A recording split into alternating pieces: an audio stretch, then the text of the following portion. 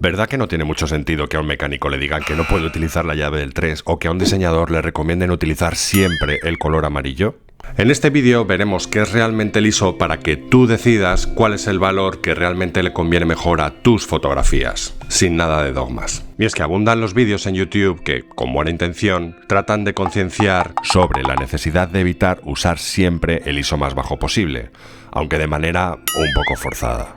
Muestran una foto deliberadamente subexpuesta a ISO 100 para luego levantar la exposición durante el revelado y compararla con la misma toma a mayor ISO, sin postproceso. La foto de ISO alto tiene menos ruido que la foto de ISO bajo amplificada digitalmente. Pero falta información, porque puede haber escenarios en los que consideremos otras opciones antes de levantar el ISO. Y es que falta al menos una tercera foto, que sería la tomada con el mismo ISO 100 del principio, pero a una exposición correcta, siempre y cuando nos lo podamos permitir, que no siempre es así. Si aparte de bajar el ISO conseguimos meter más luz en la foto, por ejemplo, con mayor tiempo de exposición, o mayor apertura de diafragma, o con más iluminación, la foto con menos ISO gana la partida, con raras excepciones que veremos más adelante. Así que mi consejo sería que aprendas a entender lo que realmente es el ISO y a decidir por ti mismo el valor que realmente le conviene mejor a tu fotografía. Así que vamos a verlo y empecemos por el principio. En los primeros años de la fotografía argéntica no existía una medición estándar de sensibilidad a la luz. Todo era empírico y prueba-error. A medida que las emulsiones mejoraban, surgieron los primeros intentos para medir la relación entre exposición y densidad de placas. Algunos fabricantes desarrollaron sus propias escalas, como Shiner en Alemania o Weston en Estados Unidos. Aquí vemos al mítico Ansel Adams con su fotómetro Weston colgado del cuello, el mismo que, según cuenta la leyenda, no encontraba cuando tuvo que exponer a ojo su icónica Moonrise Hernández. La primera normalización independiente llega con los grados DIN en Alemania, y unos años más tarde apareció la escala ASA en Estados Unidos. Ambos sistemas convivieron durante varios años hasta que la Organización Internacional de Normalización, ISO por sus siglas en inglés, estableció una escala universal que a efectos prácticos coincide con los valores ASA. Esta escala ISO original está directamente relacionada con la respuesta de la película a la luz y, entre otras muchas cosas, tiene en cuenta el tamaño de los haluros de plata de la película que reaccionan ante la luz durante la exposición fotográfica. Cuanto mayores son los cristales de plata, mayor es el impacto de la luz, por eso se decía que era más sensible o más rápida. De ahí viene el grano o la textura que caracteriza a la película fotoquímica. Con la revolución digital ya no hay película, hay sensor. Así que, ¿qué sentido tiene seguir hablando de ISO? Una fuente de luz irradia fotones que viajan a través de la lente y son captados por cada uno de los píxeles del sensor. Vamos a fijarnos en el proceso para uno de ellos, este de aquí por ejemplo. Este píxel recibe fotones y mediante un fotodiodo los convierte a electrones, generando un microvoltaje.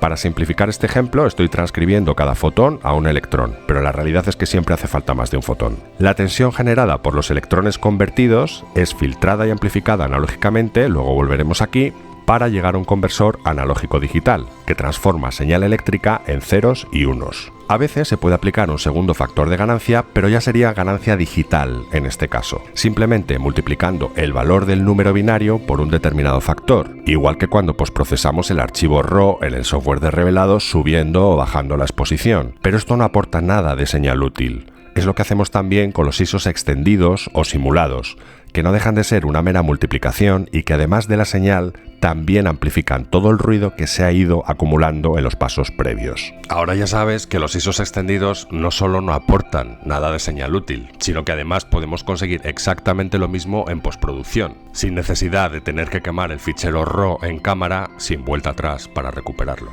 En cualquier caso, la información binaria para cada píxel es el valor que se guarda en el fichero RAW. Ese valor RAW, que también conocemos como ADUS o DNs, representa la carga eléctrica para ese píxel en función de la irradiancia, la cantidad de luz que en ese píxel haya captado nuestro sensor.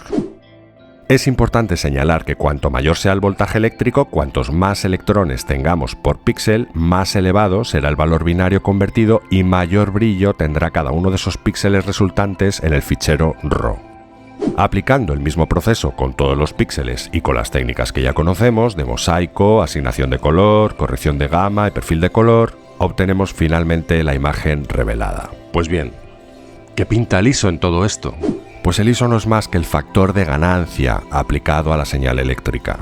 Para facilitar la transición de la fotografía química a la digital, los fabricantes establecieron una correspondencia entre aquel ISO tradicional y este factor de ganancia analógica de señal. Y así nació el ISO de la era digital. De tal manera que los electrones que llegan desde el sensor pueden ser aumentados o reducidos multiplicando o dividiendo por un determinado factor. Y ese factor es el ISO. O lo que es lo mismo, subir el ISO, subir el factor de ganancia, hace que con la misma luz captada generemos más electrones, obteniendo un valor RAW más alto para cada píxel, produciendo una imagen más brillante. Y al contrario, si bajamos nuestro factor de amplificación, o sea, reducimos la cantidad de electrones, el valor RAW será más bajo y la imagen brillará menos. Tal vez por inercia de la fotografía química, donde los valores ISO o ASA efectivamente reflejaban la sensibilidad de la película, tal vez por eso digo, es común escuchar a veces que el ISO es la sensibilidad del sensor.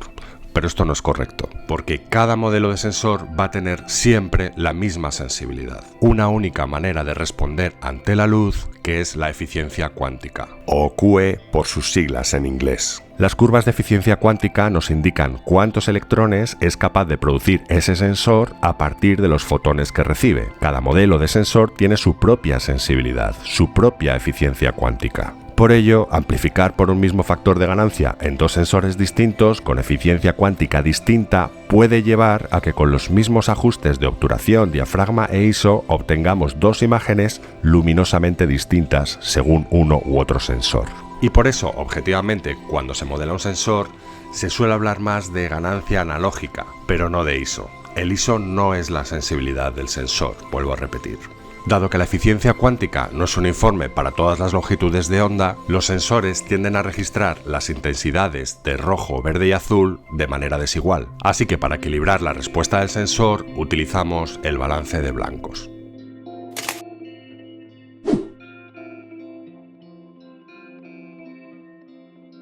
Igualmente existen cámaras con ISOs nativos duales. Estas cámaras optimizan cómo aplicar el factor de ganancia en función de si usamos ISOs bajos o altos. Por ejemplo, para un primer ISO nativo bajo, la señal es filtrada y amplificada de una manera. A medida que vamos subiendo el ISO, el ruido se irá haciendo más perceptible. Pero al llegar al nivel de segundo ISO nativo, la señal es tratada de forma distinta, reduciendo drásticamente el ruido respecto al valor ISO anterior.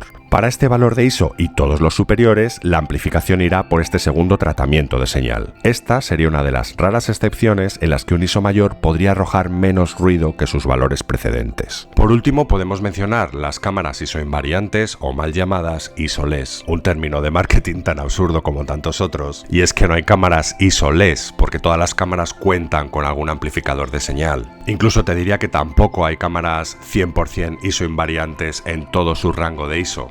Pero bueno, esa es otra historia. Este tipo de cámaras ISO invariantes registran ficheros RAW en los que subir luego la exposición en el revelado no afecta a la relación señal a ruido. Y aparte de eso, tampoco hay un ruido considerable tras la amplificación analógica que pueda ser luego amplificado digitalmente. De tal modo que al subir la exposición en Lightroom o el software de revelado, mediante amplificación digital no vamos a obtener más ruido como si veíamos en el primer caso de todos. En fotografía digital, el ISO nos sirve para captar más luz, propiamente dicha, porque el ISO es el único elemento del triángulo de exposición que no incide directamente sobre la luz registrada. No regula la fuente de luz propiamente dicha como sí lo hacen diafragma y obturador. Por otro lado, habitualmente, subir el ISO siempre va a reducir el rango dinámico. Vamos a ver cómo se calcula a grandes rasgos. En el sistema binario, un bit es un dígito que puede tener dos valores, 0 o 1. El número de bits actúa como el exponente de esos dos valores para indicarnos todas las combinaciones posibles que podemos alcanzar para esa profundidad de bits. Por ejemplo, una cámara habitual de 14 bits permite registrar 16.384 valores posibles para cada uno de sus píxeles en formato RAW. Cada píxel RAW puede teóricamente adquirir un valor de intensidad entre 0, que ya cuenta como un valor, y 16.383, que sería el valor teórico máximo, cuando el píxel ya no podría ser más luminoso.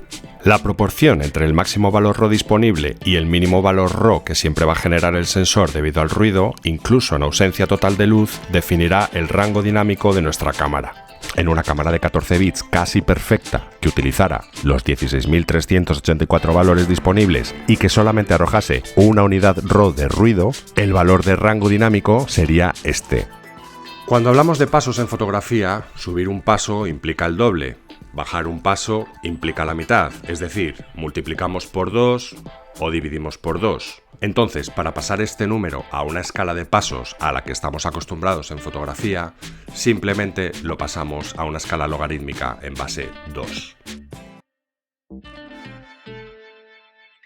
Si aumentamos el ISO al doble, por ejemplo, nuestra cámara seguirá teniendo la misma profundidad de bits, pero al haber amplificado la señal también amplificamos el ruido, por tanto el rango dinámico va a ser este. Al subir el ISO un paso, en este ejemplo hemos perdido un paso de rango dinámico. Esto, como decía, en una cámara teóricamente casi perfecta, pero la realidad es que siempre hay una reducción sobre el rango de valores RAW disponibles. Y es que hay un límite inferior y un límite superior que reducen el rango de valores RAW útiles. En Canon, por ejemplo, podemos encontrar un Black Level Offset que levanta el punto negro hasta 1024, y es a partir de ahí cuando ya se empieza a contabilizar la entrada de señal. Los píxeles del sensor no son perfectamente negros, incluso en ausencia total de luz, por la corriente eléctrica que fluye latente en los circuitos de la cámara. Gracias a este offset, los algoritmos de procesamiento interpretan correctamente los niveles de oscuridad y evitan los valores negativos que saldrían en sus cálculos si el punto negro estuviera a 0. También cada píxel del sensor cuenta con un punto de saturación, Full Well Capacity, que no necesariamente tiene por qué estar alineado con el tope de valor RAW, así que en función del aprovechamiento de bits podemos llegar a cubrir un mayor o menor rango de valores RAW disponibles.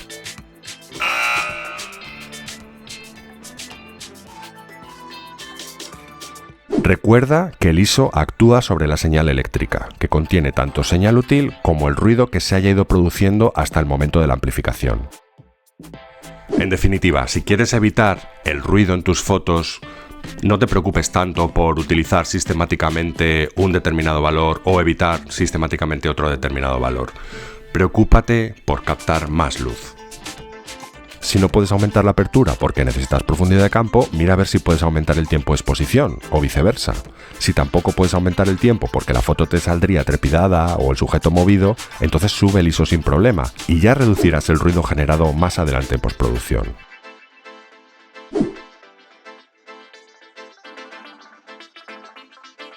Que subir el ISO sea el último recurso no significa que no se pueda usar. Siempre será mejor tener una foto ruidosa que podremos arreglar luego en postproducción antes que no tener foto. El ISO no es el responsable del ruido. Simplemente muestra en mayor o menor medida la señal que tú le estás enviando. Como ya he dicho anteriormente, la luz siempre será tu mejor aliada contra el ruido. Cuanto menos necesaria sea la amplificación, mucho mejor. Pero si por algún motivo no puedes incrementar la luz, necesitas una obturación muy rápida, por ejemplo, para congelar un movimiento, y sigues en subexposición, sube el ISO sin miedo. Y ahora que sabes cómo funciona, decide tú cómo manejarlo.